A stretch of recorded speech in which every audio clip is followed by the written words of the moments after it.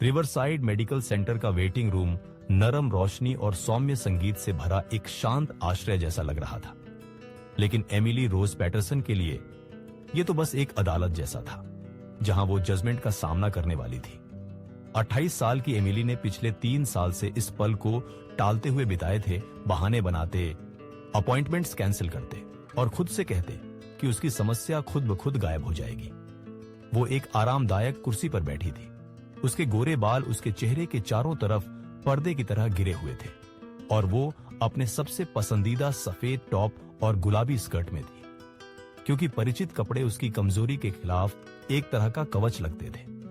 उसके हाथ उसकी गोद में कसकर जकड़े हुए थे और वो फर्श को घूर रही थी, दूसरों के मरीजों की आंखों से मिलाने में असमर्थ, जो वहां होने में कहीं ज्यादा आत्मविश्वास से भरे लग रहे थे। एमिली की स्थिति जीवन के लिए खतरनाक नहीं थी। ये आम लोगों की नजर से छिपी हुई थी और ये मेडिकल किताबों में कोई नाटकीय केस स्टडी नहीं थी। लेकिन ये धीरे धीरे चुपचाप उसका आत्मविश्वास, उसकी सामाजिक जिंदगी और उसकी सामान्यता को चुरा ले गई थी, ऐसे तरीके से जो किसी और को समझाना मुश्किल था, जो इससे गुजरे नहीं थे। गंभीर सामाजिक चिंता के साथ चयनात्मक मौन, ये शब्द ऑनलाइन पढ़ने पर क्लिनिकल और संभालने लायक लगते थे, लेकिन हकीकत में एमिली अक्सर खुद को ऐसे हालात में पाती जहां दूसरों को आसानी से निपटना पड़ता, लेकिन वो पूरी तरह से बोल नहीं पाती। जॉब इंटरव्यू, सामाजिक समारोह, यहां तक कि रेस्तरां में खाना ऑर्डर करना भी उसे चुप और घबराई हुई छोड़ देता, अपने दिमाग में फंसी हुई, जबकि दुनिया जवाब का इंतजार करती। इस स्थिति ने उसे 3 जॉब के मौके, कई दोस्तियां और अनगिनत ऐसे पल छीन लिए थे जहां वो जिंदगी में हिस्सा लेना चाहती थी, लेकिन एक अदृश्य दीवार उसे पंगु कर देती, जो लगती थी अजेय। एमिली पैटरसन, एक नरम आवाज ने एग्जामिनेशन रूम की ओर जाने वाली दहलीज से पुकारा। एमिली ने सिर उठाया और देखा एक नर्स, जिसकी आंखों में दया थी और चेहरे पर गर्म मुस्कान, जो हॉलवे की ओर इशारा कर रही थी। एक गहरी सांस लेते हुए, जो हिम्मत से ज्यादा हार मानने जैसी लगी, एमिली ने अपना पर्स उठाया और उसके पीछे पीछे चल पड़ी। उसका दिल उम्मीद और डर के परिचित मिश्रण से तेज धड़क रहा था, जो मदद मांगने के साथ आता है। एग्जामिनेशन रूम शांत हरी रंग की पुताई वाला था। सफेद शेल्फ पर मेडिकल सप्लाई और उपचार और सेहत के बारे में प्रेरणादायक प्रिंट्स रखे थे। एमिली नीले एग्जामिनेशन टेबल पर बैठ गई। नीचे का पेपर चरमराता रहा, जबकि वो एक आरामदायक पोजीशन तलाशती रही, जो आने वाली असहज बातचीत के लिए। डॉ एंडरसन अभी आपके पास आते हैं, नर्स ने नरम आवाज में कहा। वो एंजाइटी डिसऑर्डर्स में बहुत अच्छे हैं, तो आप सही हाथों में हैं। एमिली ने सिर हिलाया, अपनी आवाज पर भरोसा न करते हुए। यहां तक कि एक साधारण शुक्रिया के लिए भी उसने डॉ एंडरसन के बारे में ऑनलाइन रिसर्च की थी। वो जवान और सम्मानित थे, लेकिन उनकी डिग्री और सर्टिफिकेशन की लंबी लिस्ट ने उसे और ज्यादा अपनी बुनियादी सामाजिक स्थितियों में काम न कर पाने की वजह से छोटा महसूस कराया। कुछ मिनट बाद दरवाजे पर धीरे से दस्तक हुई और एमिली ने सिर उठाकर देखा। एक आदमी जो 30 के आसपास का लग रहा था, कमरे में घुस रहा था। डॉ जेम्स एंडरसन के गहरे बाल थे और आंखों में नरमी, और वो अपने सफेद कोट में ऐसे पहने थे जैसे ये उनके काम का हिस्सा हो, जिसे वो सच में एंजॉय करते हो। जो एमिली को तुरंत आकर्षित किया, वो उनका तरीका था धीरे और सोच समझकर चलते। कभी जल्दी नहीं, कभी ऐसी हड़बड़ी नहीं जो उसकी चिंता को बढ़ा देती। शुभ दोपहर, एमिली, डॉ एंडरसन ने कहा, उसकी कुर्सी पर आराम से बैठते हुए। मैं डॉ एंडरसन हूं, लेकिन अगर आपको सुविधा हो तो मुझे जेम्स कहिए। मैं वाकई खुश हूं कि आप आज यहां आए। एमिली ने जवाब देने के लिए मुंह खोला, फिर वही परिचित कसाव महसूस किया अपने गले में, जो उसके एपिसोड्स की शुरुआत का संकेत था। कोई शब्द नहीं निकले, बस एक छोटी सी निराशा की आवाज, जो उसके गालों को शर्म से लाल कर गई। ये ठीक है, जेम्स ने तुरंत कहा। उसकी आवाज में कोई जजमेंट नहीं, सिर्फ समझ। समय लीजिए, अगर अभी बोलने का मन नहीं है तो कोई दबाव नहीं। उसकी बात में कुछ ऐसा था जो एमिली को और ध्यान से देखने को मजबूर कर दिया। ज्यादातर डॉक्टरों से, भले ही वो दयालु हों, मरीजों से अपेक्षा होती है कि वो सामान्य तरीके से बात करें, लेकिन जेम्स लगते थे सच में चुप्पी से आरामदायक। जैसे वो समझते हों कि कभी कभी शब्द तुरंत उपलब्ध नहीं होते। क्या ये मददगार होगा अगर मैं पहले खुद के बारे में थोड़ा बताऊं? जेम्स ने नरम से पूछा। कभी कभी ये आसान हो जाता है जब आप जानते हैं कि आप अकेले नहीं हैं, जो उन चीजों से जूझते हैं जो दूसरों के लिए आसान लगती हैं। एमिली ने सिर हिलाया, अपनी छाती में बन रही तनाव को तोड़ने के लिए किसी भी चीज के लिए शुक्रगुजार। मैं एंजाइटी डिसऑर्डर्स में रुचि इसलिए हुआ क्योंकि मैंने अपनी जवानी के ज्यादातर सालों और 20 के शुरुआती दिनों में गंभीर सामाजिक चिंता से जेम्स ने शुरू किया, उसकी आवाज में विचारशील लहजा, जैसे वो कुछ निजी शेयर कर रहे हो। मैं क्लास में नहीं बोल पाता, फोन कॉल नहीं कर पाता, यहां तक कि पिज्जा ऑर्डर करने पर भी पैनिक अटैक आ जाते। सालों तक मैं सोचता रहा कि मुझ में कोई बुनियादी खराबी है। एमिली की आंखें चौड़ी हो गईं आश्चर्य से। ये आत्मविश्वासी बातूनी डॉक्टर जो झेल रहा था वही जो वो झेल रही थी। मैं वो नजर पहचानता हूं, जेम्स ने नरम मुस्कान के साथ कहा। यह मुश्किल है यकीन करना कि जो सब कुछ संभाल लेता लगता है वो समझ सकता है कि अपने दिमाग में फंसे होने का कैसा लगता है, लेकिन मैंने सालों बिताए जिंदगी को खिड़की से देखते हुए, हिस्सा लेना चाहते हुए, लेकिन उस कांच को तोड़ नहीं पाते। एमिली ने अपनी छाती में कुछ ढीला होता महसूस किया, एक गठान जो शर्म और अलगाव की थी, जो इतने लंबे समय से कसी हुई थी कि वो भूल गई थी कि सांस लेना कैसा लगता है। जो चीज ने सब कुछ बदल दिया वो ये थी, जेम्स ने जारी रखा, कि मुझे एक डॉक्टर मिला जो मेरे लक्षणों का सिर्फ इलाज नहीं करता, बल्कि समझता था कि एंजाइटी डिसऑर्डर्स चरित्र की खामी या कमजोरी नहीं है। ये मेडिकल कंडीशंस हैं जो किसी और हेल्थ चैलेंज की तरह सम्मान और इलाज के हकदार हैं। कैसे एमिली ने शुरू किया, फिर रुक गई, हैरान कि वो शब्द वाकई निकल आया। मैं कैसे बेहतर हुई? जेम्स ने पूछा और एमिली ने सिर हिलाया, बहुत धीरे धीरे और बहुत मदद से।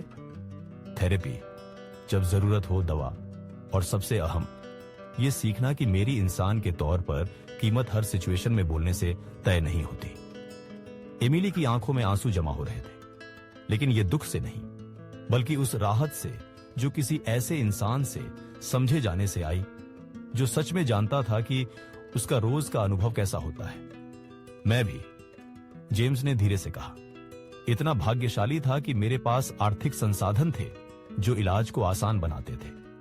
मेरे परिवार के पास पैसे थे और बाद में मैंने एक सफल प्रैक्टिस बनाई जो मुझे उन लोगों को मदद करने की इजाजत देती है जो इतनी व्यापक देखभाल नहीं खरीद सकते, जो मुझे ठीक करने में मदद की। एमिली ने उसे नए नजरिए से देखा। तुम्हारा परिवार एंडरसन मेडिकल ग्रुप और राज्य भर में कई अन्य हेल्थ केयर फैसिलिटीज का मालिक है। जेम्स ने बिल्कुल सामान्य तरीके से समझाया, लेकिन पैसे ने मेरी चिंता को ठीक नहीं किया। एमिली, ये सिर्फ मुझे उन संसाधनों तक पहुंच दिलाता है जो हर किसी को मिलने चाहिए। अगले 1 घंटे में एमिली खुद को महीनों में जितना आजाद होकर बात करती नहीं पाई, उतना बात कर रही थी। जेम्स के पेशेवर एक्सपर्टीज और निजी समझ का मिक्स एक ऐसा स्पेस बना रहा जहां उसके शब्द सुरक्षित लगते, जहां उसकी मुश्किलें शर्मिंदगी की बजाय वैध लगती।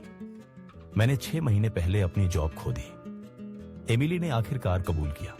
उसकी आवाज छोटी लेकिन स्थिर थी। मैं मीटिंग्स में बोल नहीं पाती, आइडियाज पेश नहीं कर पाती, यहां तक कि जब जरूरत हो स्पष्टीकरण पूछने में भी नहीं। मेरा सुपरवाइजर ने कहा कि मैं उनकी कंपनी कल्चर के लिए काफी एक्टिव नहीं हूं। यह बेहद दर्दनाक रहा होगा, जेम्स ने कहा, और एमिली उसकी आवाज में सच्ची संवेदना सुन सकती थी। मैं तब से अपने पेरेंट्स के साथ रह रही हूं और वो बहुत अच्छे हैं, लेकिन वो समझ नहीं पाते कि मैं ये सब क्यों नहीं पार कर सकती या ज्यादा कॉन्फिडेंट क्यों नहीं हो सकती।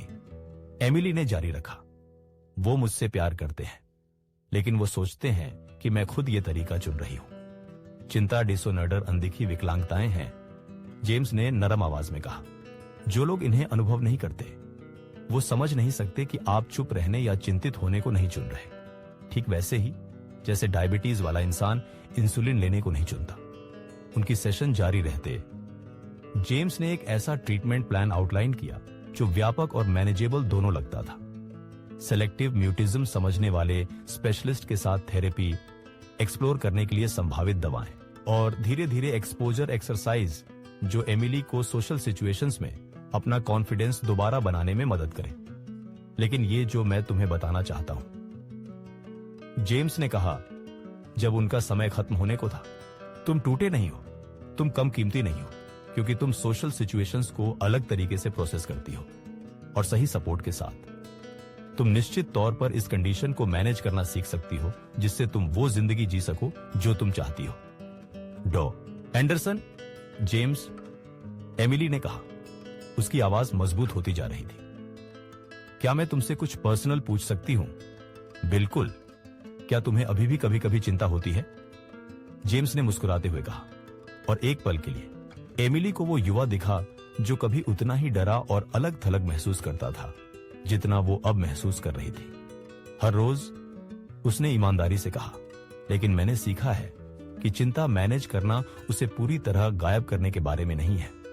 ये टूल्स और स्ट्रेटेजीज डेवलप करने के बारे में है जो चिंता के बावजूद पूरी जिंदगी जीने में मदद करे, और उन लोगों से घिरे रहने के बारे में जो तुम्हारी जर्नी समझते और सपोर्ट करते हैं।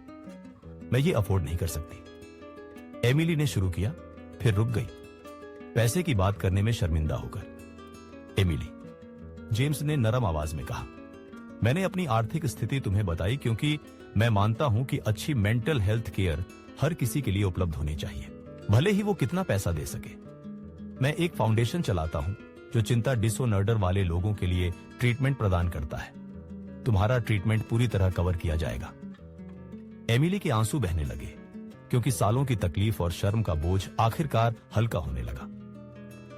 तुम किसी से जो मिले ही हो उसके लिए ये क्यों करोगे? क्योंकि 10 साल पहले मैं उसी जगह बैठा था जहां तुम बैठी हो, बिल्कुल बेबस और अकेला महसूस कर रहा था। जेम्स ने जवाब दिया, किसी ने मुझे तब मदद की जब मैं खुद मदद नहीं कर सकता था, और अब मेरे पास वो गिफ्ट आगे बढ़ाने का मौका है। 6 महीने बाद एमिली मॉरिसन डिजिटल मार्केटिंग की कॉन्फ्रेंस रूम में सीधी कमर के साथ और तैयार आवाज के साथ घुसी। वो वहां 2 महीने से कंटेंट कोऑर्डिनेटर के तौर पर काम कर रही थी, एक पोजीशन जो जेम्स ने अपनी नेटवर्क के जरिए मदद से पाई थी, जहां लोग विविध परिप्रेक्ष्य और अनुभवों की कीमत समझते थे। उसे अभी भी चिंता होती, अभी भी ऐसे दिन होते जब बोलना चुनौतीपूर्ण लगता, लेकिन अब उसके पास वो टूल्स थे जो उन पलों को मैनेज करने में मदद करते बजाय कि वो उनसे कंट्रोल होती। और सबसे अहम, उसने सीखा कि उसकी संवेदनशीलता और सोच विचार जो उसकी चिंता से आंशिक रूप से आती थी, वास्तव में उसकी जॉब में ताकत थी। कंपनियों को संवेदना और ईमानदारी से कम्युनिकेट करने में मदद करती थी। सबको अच्छा सुबह, एमिली ने साफ साफ कहा जब उसने अपनी प्रेजेंटेशन शुरू की कंपनी के नए क्लाइंट कैंपेन पर। आज मैं बात करना चाहती हूं कि हम कैसे उन लोगों तक पहुंच सकते हैं जो समाज में अदृश्य महसूस करते हैं, और क्यों उनकी आवाजें इतनी मायने रखती हैं। जब वो बोल रही थी, एमिली जेम्स के बारे में सोच रही थी, जिसने उसे सिर्फ मेडिकल ट्रीटमेंट नहीं दिया, बल्कि ये दिखाया कि सफलता सिर्फ प्रोफेशनल अचीवमेंट में नहीं, बल्कि वल्नरेबल होने के साहस में, मदद मांगने की हिम्मत में, और जब खुद ठीक हो जाओ तो दूसरों की मदद करने में नापी जाती है। कभी कभी सबसे ताकतवर दवा प्रिस्क्रिप्शन बॉटल्स या थेरेपी बुक्स में नहीं, बल्कि इस साधारण एहसास में मिलती है कि हम अपनी मुश्किलों में अकेले नहीं हैं, कि कोई और वो मुश्किल रास्ता चला है जो हम चला रहे हैं, और कि जब हम दूसरों को अपना दर्द साझा करने का साहस जुटाते हैं तो ठीक होना मुमकिन है, एक दुनिया में जहां अक्सर चुप्पी को कमजोरी समझा जाता है। एमिली पैटरसन ने सीखा कि सच्ची ताकत कभी कभी जोर से बोलने में नहीं, बल्कि ईमानदारी से बोलने में आती है, और कि सबसे अहम बातचीत अक्सर इस साधारण कबूलनामे से शुरू होती है कि हमें अपनी आवाज ढूंढने में मदद की जरूरत है।